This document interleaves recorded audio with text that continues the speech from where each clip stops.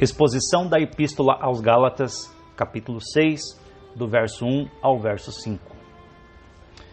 Entramos no capítulo 6 de Gálatas, e com isso, o desfecho das instruções de Paulo àqueles irmãos. Do verso 1 ao verso 5, veremos que Paulo trata com os irmãos sobre a necessidade de auxiliar aqueles que porventura venham a cair no pecado, e não nos julgarmos melhor do que aquele que erra, pois todos nós estamos sujeitos ao erro.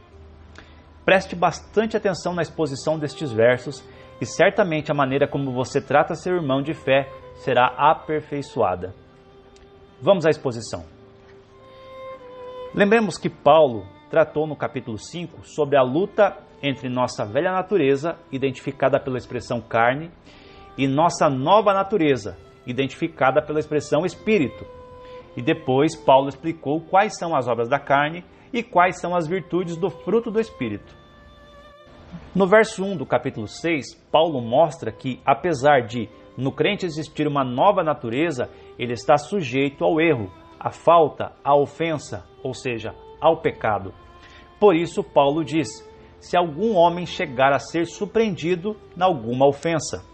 Perceba que Paulo é genérico e diz algum homem ou alguém. Isto é, qualquer pessoa está sujeita. Não existe ninguém imune à queda. O termo ofensa no grego é paraptoma e significa pisar fora do caminho, resvalar os pés. E o pecado na vida do crente é exatamente isso, um acidente de percurso. Mas o que fazer com um crente que comete um pecado?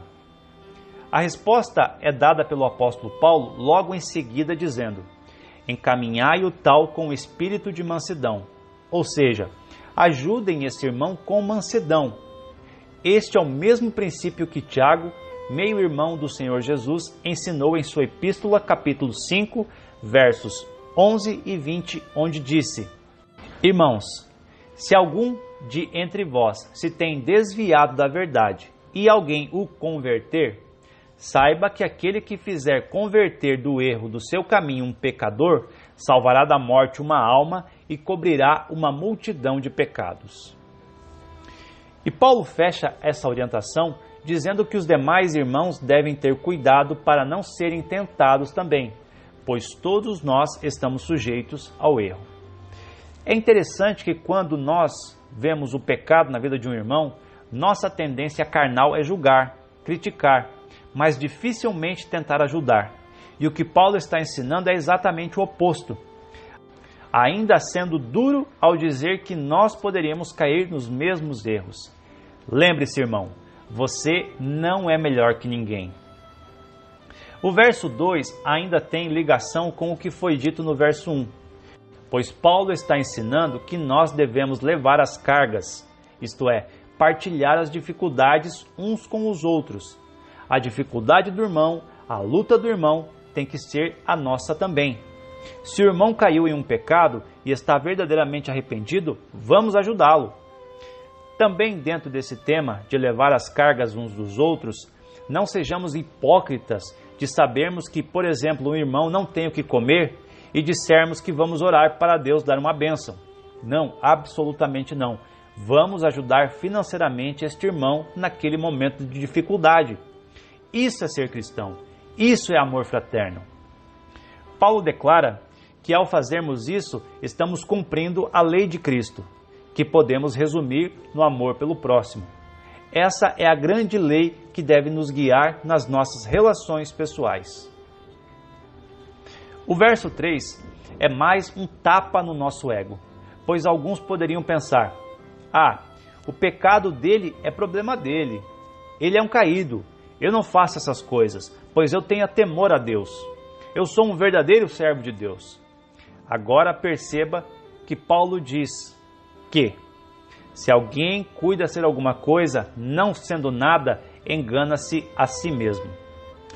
Você acha que não deve ajudar o irmão que pecou porque você é melhor do que ele? Você está redondamente enganado. Se traduzíssemos o que Paulo disse para uma expressão comum de nosso país, seria algo do tipo: você pensa que é alguém importante, mas na verdade você é um João ninguém. Mais uma vez, irmãos, não somos melhores que os outros. Todos somos pecadores carentes da graça de Deus. Certa vez, uma irmã reclamando de alguns irmãos disse: eu não sei como essas pessoas vão para o céu, pois elas não merecem. Sendo que respondia ela: e você merece?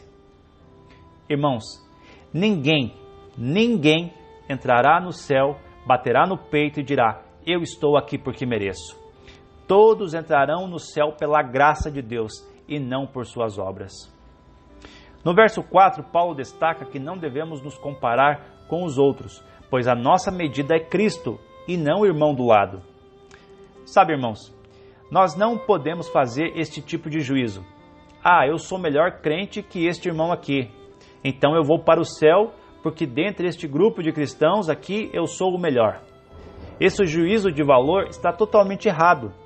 Por isso, Paulo diz: prove cada um a sua própria obra, ou seja, cada um julgue o seu próprio trabalho, a sua própria conduta, e aí você terá glória só em si. Isto é, você poderá ter uma satisfação pessoal, poderá dizer: glória a Deus, hoje eu não cometi os mesmos pecados de ontem. É tipo o exemplo do fariseu e do publicano que estão no templo orando, descrito em Lucas capítulo 18, do verso 9 ao verso 14, onde o fariseu se comparava ao publicano e batia no peito por se achar mais santo, quando na realidade nossa comparação é com Cristo. E quando nos comparamos a Cristo, percebemos o quão miseráveis nós somos. E aí no verso 5, Paulo fecha esse pensamento dizendo que cada um levará sua própria carga, ou seja, todos nós temos os nossos defeitos com os quais temos que lidar e lutar. O ensino de Paulo nestes 5 versos foi muito claro, mas quero resumir o que vimos em 5 aplicações. Primeiro, todos somos sujeitos à queda espiritual. Não existe o supercrente, o superservo, por isso vigilância é fundamental na vida cristã. Segundo, Deus quer restauração. Quando alguém pecar, devemos o tratar com amor, lembrando que qualquer um de nós poderia estar naquela situação. Terceiro, o cristão precisa viver em uma comunidade de fé, pois só assim terá alguém para lhe auxiliar. Terceiro, o cristão precisa viver em uma comunidade de fé, pois só assim terá alguém para lhe auxiliar. Ser um desigrejado que não vive em comunhão com outros irmãos não é o caminho. E em qualquer comunidade de fé haverá erros. O importante é que exista nela o desejo de ser fiel às Escrituras. Quarto, precisamos lutar para ser um melhor cristão hoje do que fomos ontem. E nossa comparação é com nós mesmos, e nosso alvo é ser parecidos com Cristo. Quinto, todos, absolutamente todos, temos os nossos erros e defeitos, nossos fardos e precisamos batalhar com eles.